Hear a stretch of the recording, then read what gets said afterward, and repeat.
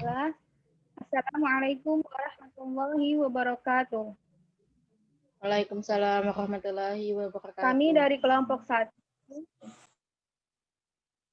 yang beranggotakan Dita Sylvia, Merta Nanda Putri, Jenny Lestari, Makfira Milenia, saya sendiri Siti Fauzia, Nini Ancia, Rena Yolanda, Santika Maharani, dan Resmi Septiani Chania. Di sini kami akan menjelaskan mengenai karakteristik peserta didik, kemampuan awal peserta didik, dan gaya belajar. Untuk pertama, definisi karakteristik peserta didik akan dijelaskan oleh Dita Sylvia. Kepada Dita, dipersilahkan. Di sini saya akan menjelaskan tentang definisi peserta didik. Yang pertama itu menurut Undang-Undang Republik Indonesia Nomor 20 Tahun 2003, peserta didik itu adalah anggota masyarakat yang berusaha mengembangkan potensi diri melalui proses pembelajaran yang tersedia pada jalur, jenjang, dan jenis pendidikan tertentu. Yang kedua itu secara terminologi, peserta didik adalah anak didik atau individu yang mengalami perubahan perkembangan sehingga masih memerlukan bimbingan dan arahan dalam membentuk kepribadian serta sebagai bagian dari struktural proses pendidikan. Yang ketiga itu menurut Idris, peserta didik adalah siapa saja yang berusaha untuk melibatkan diri sebagai peserta didik dalam kegiatan pendidikan sehingga tumbuh dan berkembang potensinya. Jadi dapat disimpulkan peserta didik adalah individu yang mengalami perkembangan serta perubahan melalui proses pembelajaran serta melibatkan diri dalam kegiatan pendidikan.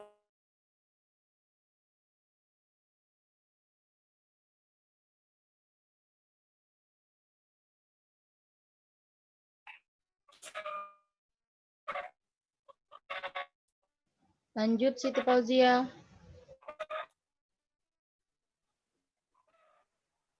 Baiklah, terima kasih kepada Saudari Dita Sylvia. Selanjutnya, pengertian karakteristik peserta didik akan dijelaskan oleh Jenny Lestari. Kepada Jenny Lestari, dipersilahkan.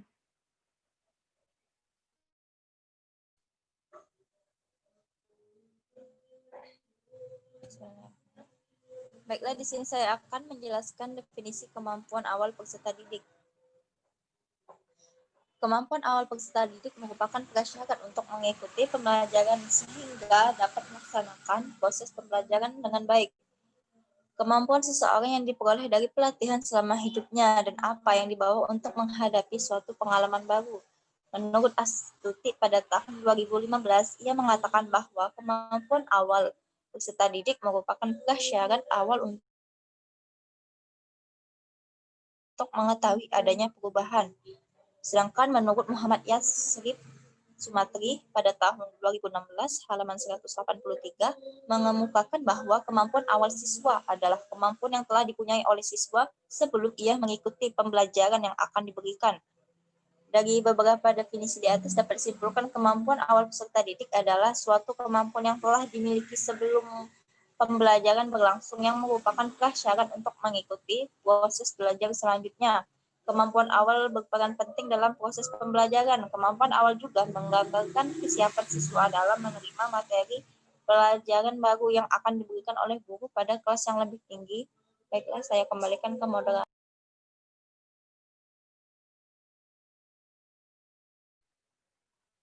Baiklah, terima kasih kepada Saudari Jenny Lestari. Selanjutnya, pengertian gaya belajar akan dijelaskan oleh Makfira Milenia. Kepada Makfira Milenia, dipersilahkan.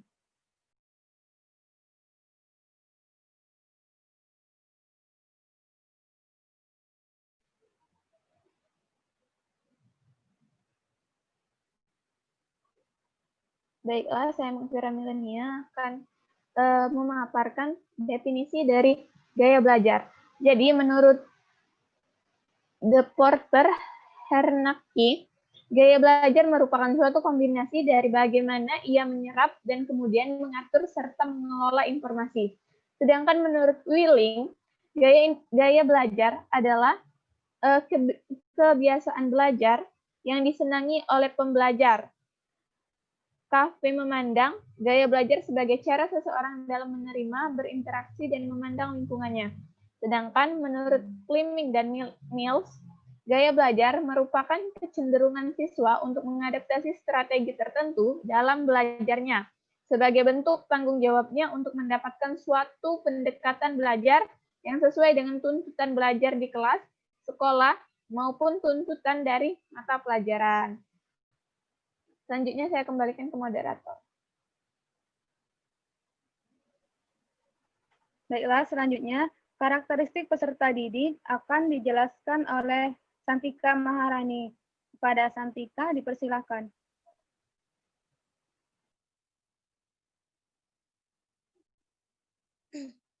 Baiklah, yang selanjutnya ialah karakteristik peserta didik.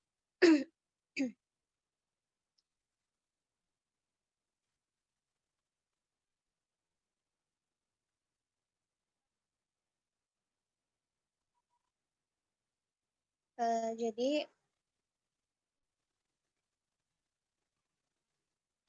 karakteristik peserta didik itu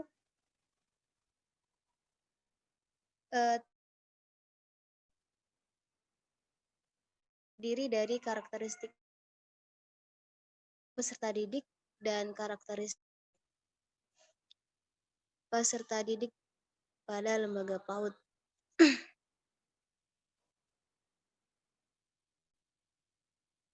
Nah, pada karakteristik pendidik umum terdiri dari yang pertama ialah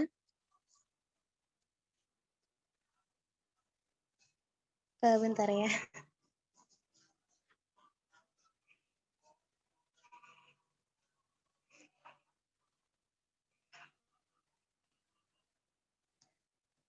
Pertama ialah menurut Craig Sack mengemukakan beberapa karakteristik umum siswa yang perlu mendapatkan perhatian dalam mendesain proses atau aktivitas belajar. Yang pertama itu kondisi sosial ekonomi, yang kedua faktor budaya, yang ketiga jenis kelamin, yang keempat pertumbuhan, yang kelima gaya belajar, yang terakhir ialah kemampuan belajar. Yang terakhir ialah analisis karakteristik awal siswa. Salah satu upaya yang dilakukan untuk memperoleh pemahaman tentang tuntutan, bakat, minat, kebutuhan, dan kepentingan siswa berkaitan dengan suatu program pembelajaran tertentu. Kemudian, karakteristik pada peserta didik di PAUD. Yang pertama ialah anak usia dini bersifat unik. Jadi setiap anak itu berbeda antara satu dengan yang lainnya. Tidak ada kepada saudara. Iya. Selanjutnya akan dibacakan oleh anggota yang lain. Selanjutnya akan dilanjutkan oleh Rizmi Septiani Chania dan Nini Ancia.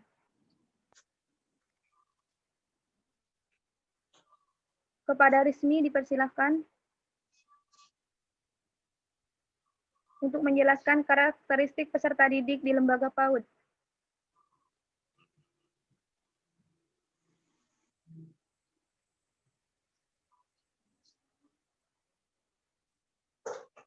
Apakah Rizmi Septiani Chania ada? Lempar ke Nini dulu, enggak tuh moderator.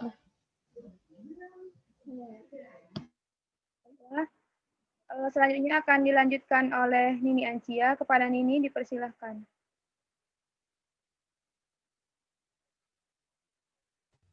Baik, saya akan menjelaskan tentang karakteristik peserta didik pendidikan anak usia dini. Yang pertama itu anak usia dini bersifat unik, seperti setiap anak berbeda antara satu dengan lainnya dan tidak ada dua anak yang sama persis meskipun mereka kembar identik. Yang kedua yakni anak usia dini berada dalam masa potensisi.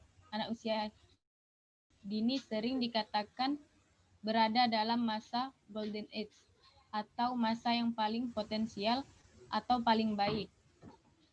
Yang ketiga, anak usia dini bersifat relatif, spontan. Pada masa ini, anak akan bersikap apa adanya dan tidak pandai berpura-pura. Yang keempat, anak usia dini cenderung ceroboh dan kurang perhitungan. Yang kelima, anak usia dini bersifat aktif dan energik. Anak usia dini selalu bergerak dan tidak pernah bisa diam kecuali sedang tidur. Yang keenam, anak usia dini bersifat egosentris. Nah, mereka cenderung memandang segala sesuatu dari sudut pandangnya sendiri dan berdasar pada pemahamannya sendiri saja. Yang ketujuh, anak usia dini memiliki rasa ingin tahu yang kuat.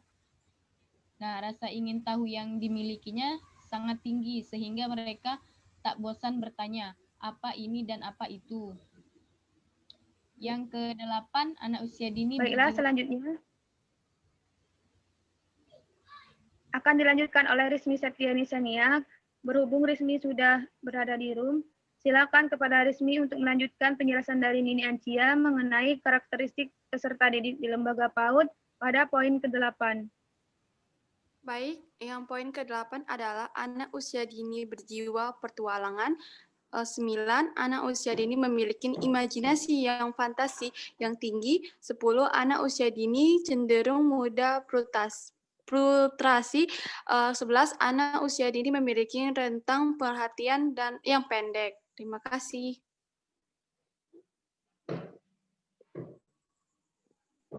Baiklah, selanjutnya itu ada macam-macam gaya belajar peserta didik akan dijelaskan oleh Rena Yolanda dan Merta Nanda Putri. Kepada Rena Yolanda, dipersilahkan.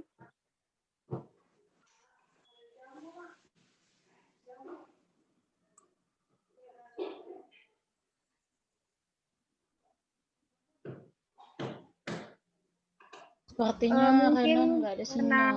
terjadi gangguan sinyal, maka dilanjutkan oleh Merta Nanda Putri. Kepada Merta dipersilahkan untuk menjelaskan mengenai macam-macam gaya belajar anak usia dini. Dipersilahkan. Baiklah, terima kasih kepada moderator. Baiklah, saya di sini akan menjelaskan macam-macam gaya belajar peserta didik, yaitu menurut Deb Meir dalam buku The Accelerated Learning, yaitu ada belajar somatis, ada belajar audio teori, ada belajar visual, belajar intelektual. Nah, selanjutnya itu ada menurut Deb Dignas, yaitu bermain dengan kata, bermain dengan pertanyaan, bermain dengan gambar, bermain dengan musik. Yang kelima ada bermain dengan gerak. Yang keenam ada bermain dengan bersosialisasi. Ketujuh ada bermain dengan kesendirian. Nah, selanjutnya itu menurut Lin On Rin, yaitu gaya belajar visual. Ada 4. Yang pertama itu gaya belajar visual, yang kedua itu gaya belajar auditorial, yang ketiga itu ada belajar kinestetik, dan yang terakhir itu gaya belajar campuran. Saya kembalikan kepada moderator. Baiklah, terima kasih kepada Merta Nanda Putri. Mungkin hanya ini yang dapat kami sajikan pada pertemuan kali ini. Kami mohon maaf apabila terbanyak sekali kendala yang kami alami. Kami akhiri. Wabillahi taufiq wal hidayah. Wassalamualaikum warahmatullahi wabarakatuh. Waalaikumsalam warahmatullahi wabarakatuh. Wabarakatuh.